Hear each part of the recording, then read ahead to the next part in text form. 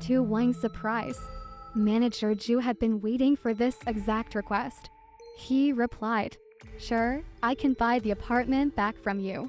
But having your household registration here will affect the resale value of the apartment.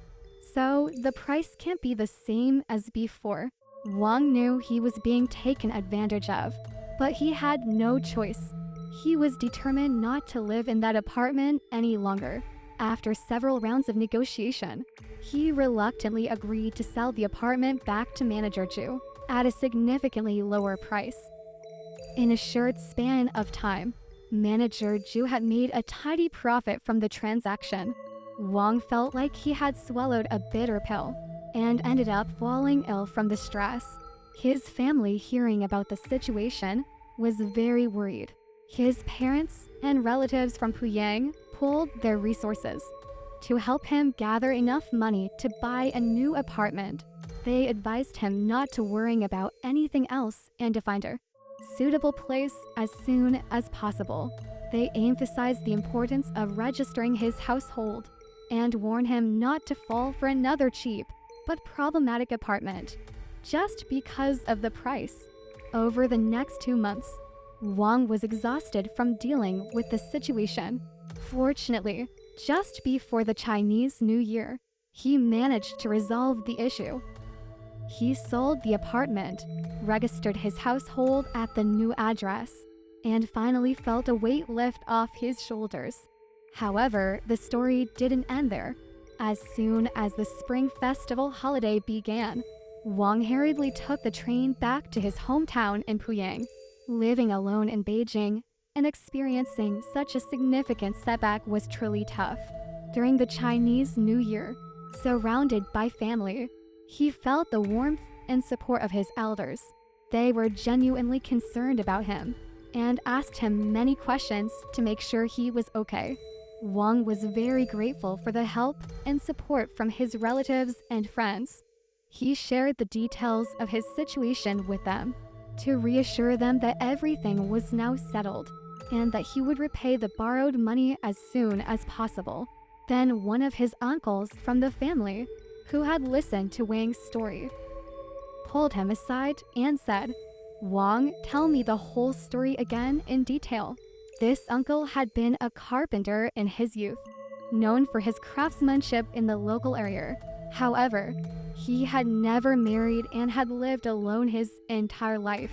Every Chinese New Year, Wang's parents and grandparents would invite his uncle to their home, allowing the elderly man to enjoy the festive atmosphere with the family. After listening to Wang's story, the uncle pondered for a while, glanced at him thoughtfully and asked, "Wang, have you ever heard of the Lu Ban book?" Wang had no idea what the Lu Ban book was. Lu Ban, also known as Gong Shu Ban, was the most famous craftsman during the spring and autumn period, and was revered as the patriarch of carpenters. However, the Lu Ban book had nothing to do with Lu Ban himself. Since Lu Ban lived during the spring and autumn period, the earliest version of the Lu Ban book was actually written during the Ming Dynasty. It was likely authored by someone who used Lu Ban's name to lend credibility to the book. The content of the Lu Ban book is divided into two main parts. One part describes methods for curing diseases, but not through pharmacological means. Instead, it involves art in the sense of using certain techniques or rituals to heal. The other part focuses on the art of feng shui in apartment construction, as well as harmful suppressive techniques and their solutions. What are suppressive techniques? These are methods where someone places certain objects in a room to have a negative impact on the homeowner. The biggest problem with these techniques is that they can backfire, which is a manifestation of the law of karma, preventing people from misusing them for evil purposes. If someone uses these techniques with selfish intentions or to harm others, the consequences are often severe. It is also said that those who learn the suppressive techniques from the Lu Ban book must have a missing element in their lives. What does missing element mean? It refers to being widowed. orphaned, lonely, or disabled. You must have at least one of these conditions. If you learn these techniques, you gain abilities that ordinary people don't have. But you can't expect to live an ordinary life. It's impossible. The uncle lit a cigarette and, while smoking, explained to Wang. There are indeed ways in this world to place special items to achieve certain goals. The Lu Ban book records many such methods. Whether you believe in them or not, the fact that they have been passed down to this day means there must be some truth to them. When I heard your story, I felt that something was off about the compartment in that large wardrobe. Although I haven't seen inside it and can't be 100% sure, I have a strong suspicion. You mentioned that there's a thick, long object inside, similar to a building's pipe. But in my opinion, it's more likely to be an old beam from our apartment. An old beam isn't just any beam. It's one where someone has hanged themselves, the thick rope wrapped around. It isn't ordinary hemp rope, and it's a noose. In other words, it's possible that someone deliberately took a rope used in a hanging and wrapped it tightly around a beam where someone had hanged themselves. They then custom made a wardrobe that reaches from the floor to the ceiling and placed the beam and rope in the compartment above.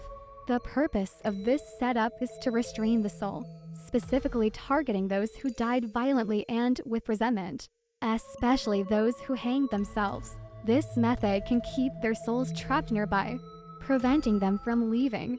Hearing this, Wang's jaw almost dropped to the floor. Restrain the soul. Who would do such a thing and why? The uncle replied, I can't say for sure who did it, but their purpose was likely to use this method to restrain the soul of the woman who hanged herself in that apartment. The night you saw her was probably the first time you encountered her soul. But why didn't you see her before? When you had lived in the apartment for so long, there's a reason for that. When I listened to your story, I realized that this person's setup is intricately connected and their intentions are deeply sinister. There are two common folk taboos. One is do not whistle at night, and the other is do not lean against walls while standing. Uncle told Si Huang, do you know what Danti, whistle when walking at night means?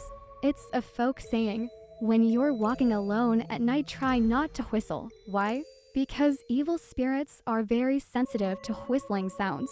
When they hear it, they think they're being summoned. When walking at night, you can shout or sing loudly to muster up your courage. Just don't whistle. The more you fear something, the more likely you are to attract it. What does don't lean against a wall when standing mean? It means when you're standing, don't lean against a wall. Specifically, don't lean against a black wall. Why? Because lonely spirits tend to cling to cold, black walls. If a living person leans against a black wall, they may attract negative energy. At best, this can bring bad luck. At worst, it can lead to disaster. As Yi Huang listened to his uncle, his mind raced, connecting the dots. Could it be that in the black wardrobe's compartment, there was indeed a roof beam and a rope used for hanging? These items had trapped the spirit of the woman who hanged herself, forcing her spirit to cling to the large black walnut wardrobe in the north room, which was like a black wall. No wonder the wardrobe was so damp even with the heater on the night with the north wind. The wind whistling through the sky well acted like a whistle, summoning the spirit. Why hadn't he noticed this detail before? Without the wind whistle, the spirit wouldn't have been summoned. But even so, he had been sharing the bed with the ghost for quite some time. He felt his whole worldview crumble and quickly asked his uncle, "Will I be okay from now on?" His uncle slowly exhaled a smoke ring and tapped his pipe, saying, "Since you're no longer living there, you should be fine. Even if something happens, it's not like the spirit is targeting you. But remember, you need to be more cautious. There's no such thing as a free lunch in this world." Before he knew it, the Spring Festival holiday was over. On the train back to Beijing, Zi Huang went over everything again. First, Officer Su had definitely told him the truth. The house had not only had a fire, but also a death. Later, someone with inside knowledge had used a method similar to the one in the Asterisk Lu Ban book Asterisk to trap the spirit.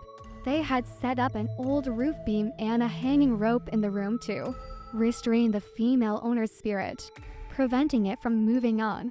The tall black wooden wardrobe, which went all the way to the ceiling and floor, acted like a black wall, allowing the spirit to cling to it every time the wind blew through the sky well and made a whistling sound. The spirit would be summoned. At that time, the people living in the north room would see the spirit. The person who set up these traps must have had a sinister mind. It seemed that the previous owner who sold the house quickly was likely because of this. But initially, there were no signs of the wardrobe's partition being tampered with, suggesting that the secret of the roof beam hadn't been discovered. Who had set all this up? Was it the broker's surname Zhu? Had he masterminded all this just to make a profit from buying low and selling high? Could someone really be so vicious just for a little money? But then Wang remembered a key detail. The broker's surname Zhu had been clumsy during their first meeting, fitting the description of being disabled in the phrase. Widowed, solitary, disabled, or lonely. This man was disabled. Of course, these were just Zi Wang's speculations, and he had no way to investigate. Fortunately, everything had turned out okay. The house was no longer his concern, and he hadn't been in touch with Manager Zhu for many years. He didn't know what happened to him later, but this experience had taught him a valuable lesson. There's no such thing as a free lunch. If you always try to take advantage, you'll end up being the one who suffers.